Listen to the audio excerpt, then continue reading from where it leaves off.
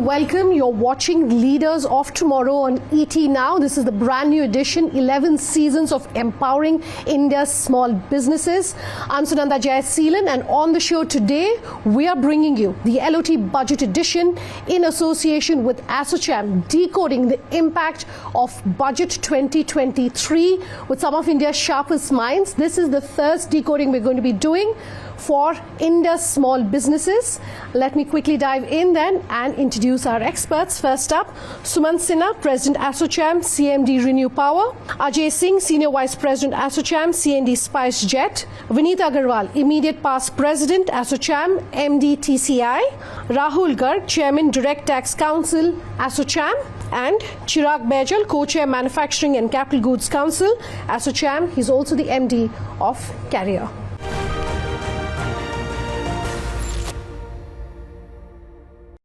Ajay, I want to take a bit of a step away, if I can, from the budget and talk about the economic survey. And we heard the CA sounding somewhat of a note of caution on inflation. Going forward for the rest of the year, could you talk to us about, inflationary trends and really the concerns that you perhaps have or not have as far as inflation goes? Look, I think this government has shown, and this budget has shown, that the government intends to be responsible with fiscal deficit.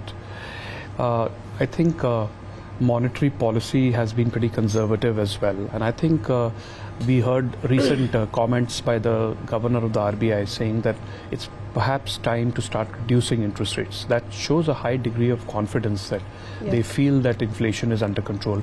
Hopefully oil prices are stable at this point of time, and the way the war is going in Ukraine, one hopes that there can be a quicker end to that than was envisaged, and perhaps that brings down oil prices. So it's looking like inflation is going to remain pretty range bound at this time, and hopefully the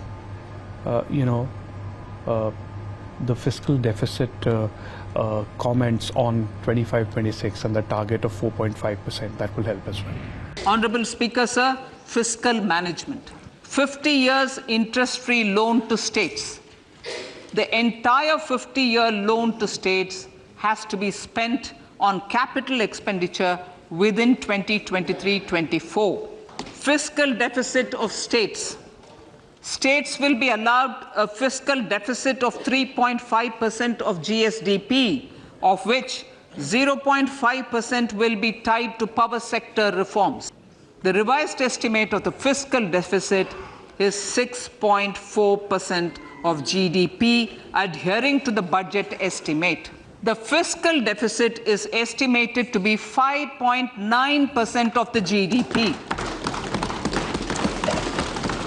In my budget speech for 21-22, I had announced that we plan to continue the path of fiscal consolidation, reaching a fiscal deficit of below 4.5% by 2025-26, with a fairly steady decline over the period.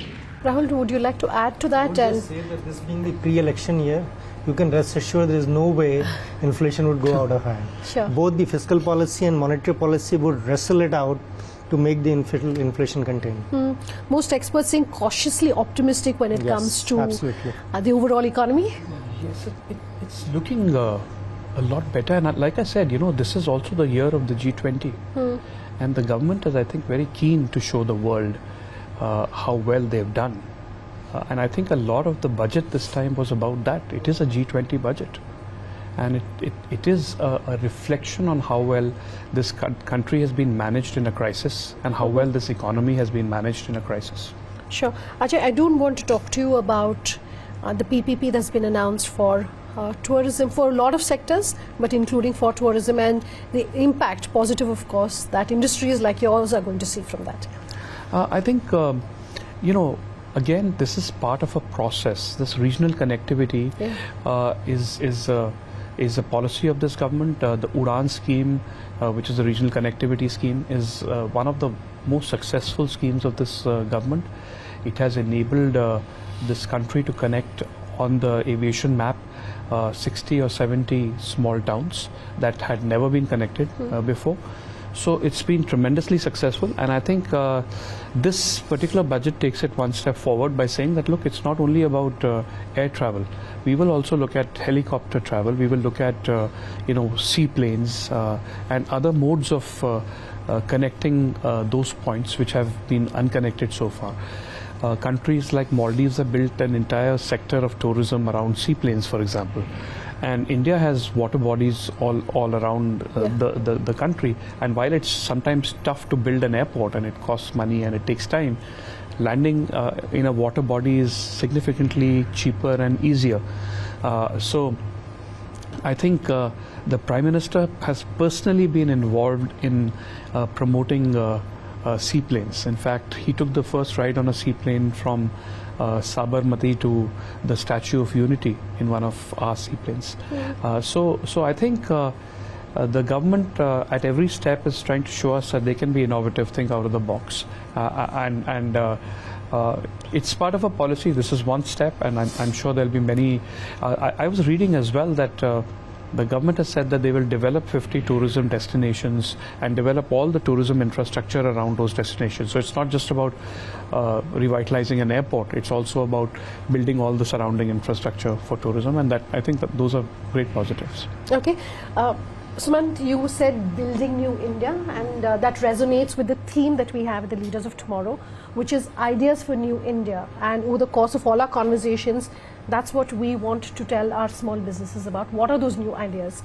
But the point I'm trying to make is that while India seems to be on a great trajectory, and the government definitely is talking about Amrit Kal, there is some concern on what's happening globally, and a global slowdown of sorts, if I can call it that, and the impact it's likely to have on exports by small businesses out of the country. Your comments on that? Look, I think it's very clear that the world as a whole is heading towards a pretty uncertain time. Yeah. It was uncertain last year. That uncertainty has come down to some extent because I think everybody is now seeing the end of the Fed rate increases coming maybe by the middle of this year. People were forecasting recessions in most of the Western world. That is still the case.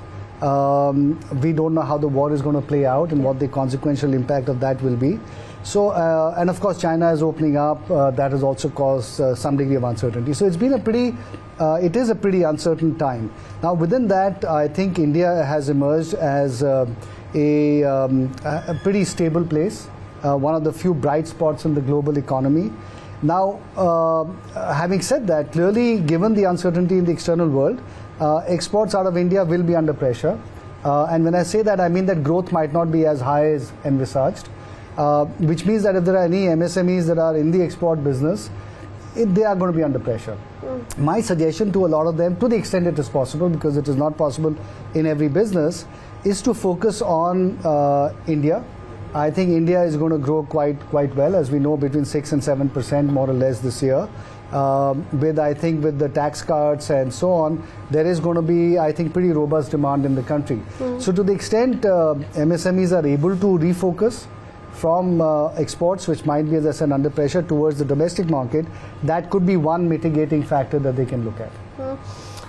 Sorry, do you want to add to that? Yeah, I think the other thing that could happen is actually focus on their supply chains. Yeah. So instead of really relying on a very wide supply chain, which could be in global or even entirely national, maybe make the supply chain a lot more deeper. Focus on your tier 1, tier 2, tier 3 suppliers. So what they call it as near-shoring. So try to bring your supply chain as close to yourself as possible so that you're able to control it better, and if there are uncertainties, you can react better. Okay. Are you suggesting it's perhaps a good time for you to look more and more at the domestic market rather than globally? Which is exactly what Sumant said as well. So I'm also talking from not just selling perspective, but also from a sourcing perspective. It also depends upon the MSMEs today of formalizing their work, also in terms of professionalizing the way we look at quality, the way we look at working. So a lot of multinational companies we know have active interest and they're looking at developing the ecosystem. And this is the time for higher value of research and development even within the MSMEs. Maybe at some level the intellectual property rights being taken care of, of the R&D that comes into the country. And frankly, that work with the supply chain ecosystem being developed in India can go a long way, whether it's a domestic consumption, because Indians deserve the best quality product as well, not just for the exports. I have to take a quick commercial break on that note, but on the other side, we're going to continue this very special LOT budget edition in association with Assocham. Back in just a moment. Do stay tuned.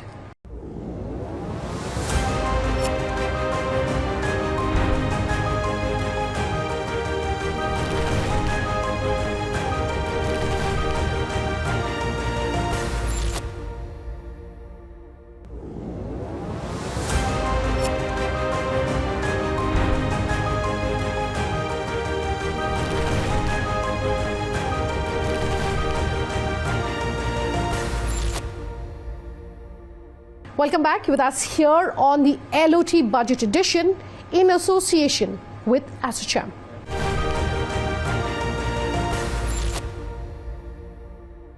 One way that you will see sustained growth is if there is also, and if there are also changes as far as the taxation regime is concerned, as well as compliance. Some initial comments have come in, but would you have liked to see more? So I think in terms of sustained growth, it's a very difficult subject insofar as contribution of taxes is concerned. So when you talk of the economies with $5 trillion plus, in all those economies, the tax to GDP ratio is upwards of 20%. Sure. We are at about 11%, right? So therefore, there is a big gap. Now, that gap may be justified due to the profile and the people the people below poverty line, people in agriculture sector, etc. But there is a long gap to cover that. So I would suggest that we should aim at improving the tax to GDP ratio to get more than enough fund both for capex as well as welfare scheme as well as for development, but do it in a manner that it doesn't increase the tax burden for a business or for an individual. Okay. And that's an important aspect around the compliances, digitizing the compliances, enforcing it through digitization, making it more voluntarily attractive for people. Like, this is a great example. This time when the old tax regime and new tax regime people were not opting, there was some sweetener put into this, and now I'm sure more and more people would opt for the new tax regime. So those kind of things would improve the compliance and also increase the tax GDP ratio, which will give you the funds that you need for welfare and capex. Okay. Speaking of compliance, Ajay. He was talking of digitization. Did you notice the number of times they use the word digitize in this budget? The number of times they use the word research in this budget. They talked of, labs for 5G research, labs for artificial intelligence, pharma research, digital everything, digital payment systems, the UPI, the Aadhaar, all sorts of, It's a tech-driven. This is the new India. It's about technology. It's about using technology to improve our country in every which way. So I think a lot of focus on that, and rightly so. This is the direction our country is headed.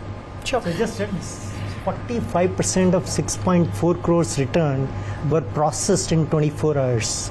That's the impact of digitization in a field of taxation. Sure. One word that Rahul used, compliance, and yours is an industry that sees a lot of compliance, but yours is an industry that of late has seen a lot of action. Are you excited for what perhaps the next year or so could bring to your industry specifically, and more opening up really? Look, there's no doubt that people want to travel in this country, and we've seen this pent-up demand just take over everything, and there's been really rapid increase in demand for flying.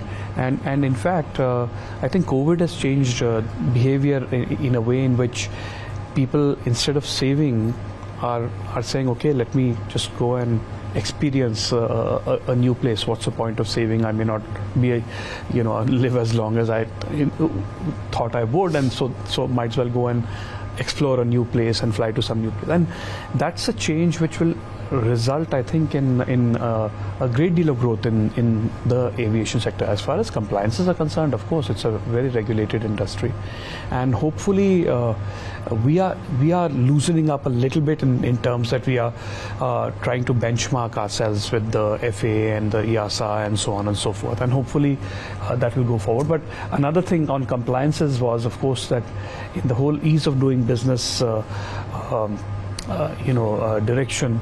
This budget does talk about a significant reduction. I think the FM mentioned 3,900 fewer compliances, some 3,000 odd rules which have been decriminalized, and so on and so forth. Yeah, 39,000 compliances removed and 3,000 odd rules which have been decriminalized. So all those are great and positive moves. Hopefully some of those will affect positively our industry as well. Okay. We are running out of time on today's panel, so let me quickly take closing comments, and I want to come to you first, Rahul. We heard quite a lot as far as taxation for individuals are concerned, salaried citizens of India. Happy with those moves, or would you say it's just sort of eyewash, perhaps headline? No, it's not an eyewash. Okay. It actually gives the benefit in cash to the people. Most of the people would be better tax situation than they were before. It's not only salaried people, it's all class of people in all tax brackets. So that's a good thing. Fantastic. Ajay, as I was mentioning, the theme that we're working with for the Leaders of Tomorrow this season is Ideas for New India, and this is a question to all four of you, and I'll go one by one. First to you, Ajay. If there was one big idea that you are seeing from your industry that you want to call out for our entrepreneurs who are going to be watching this interview, what would you like to tell them? Your advice. Look, I want to see our industry adopt these new means of flying people from one place to the other. Seaplanes is an example, but more than seaplanes, now drones will be the next big thing. And I want people to be able to explore drones as a technology, both for goods, movement of goods and movement of people. I think that's going to be the future. And drones have already shown how versatile they can be in the Ukraine conflict. I think that is a technology that will reduce the cost of air travel and make it more environment friendly and effective. Sure. The clean energy space, the energy of here and now, but if there was one idea that you want to call out for our entrepreneurs? Well, I want to fly in a drone, first of all. I'm sure it's going to be very exciting. And look, all the drones are powered by electric mobility. And so I think that's in some ways the big opportunity as well, which is, and especially for the small entrepreneurs I'm talking about, which is that the entire transportation and mobility ecosystem is going to become electric at some point in time. Whether it's two-wheelers, three-wheelers, commercial vehicles, those might move to hydrogen fuel cells, drones and so on. So I think that movement of mobility, public, private, logistics, all of that is going to be powered by clean sources. And I think that is going to create a lot of opportunities for people in all sorts of different ways. So I think that's going to be very exciting. Okay. Similar to the aviation space, we're seeing a lot of action happening in cargo, for instance, and we've heard some announcements on logistics by the FM, but if there was one thing that you want to call out for entrepreneurs as being the next big idea when it comes to logistics, what is that? So, I mean, logistics is omnipresent, so you need logistics for everything. Yeah. But I think what is interesting is to look at logistics from a cold chain perspective. That's again very hot because not only does it help the agri side, because as you know, 30 to 40% of produce gets wasted at the farm level itself. So technology related to that, and then subsequently transportation, storage, and now you have the new QSRs and the e-commerce side of cold chain as well. So I think cold chain in the next decade or so will be very, very big. Okay. Manufacturing per se, not an industry really, but you have several industries that really feed into the manufacturing ecosystem. If you were to pick one though and call it out as the big idea for our viewers. I don't know if it's a big idea or not, but I firmly believe that technology is a big leveler. Okay. And manufacturing space across MSMEs or large companies, whether it's manufacturing or consumption or servicing, all of them will benefit a lot if people just adopt technology. Don't fight it. It's about adopting it, and it's about making sure that we professionalize everything that we do, from IoT to automation to the way digital transactions and throughout the value chain.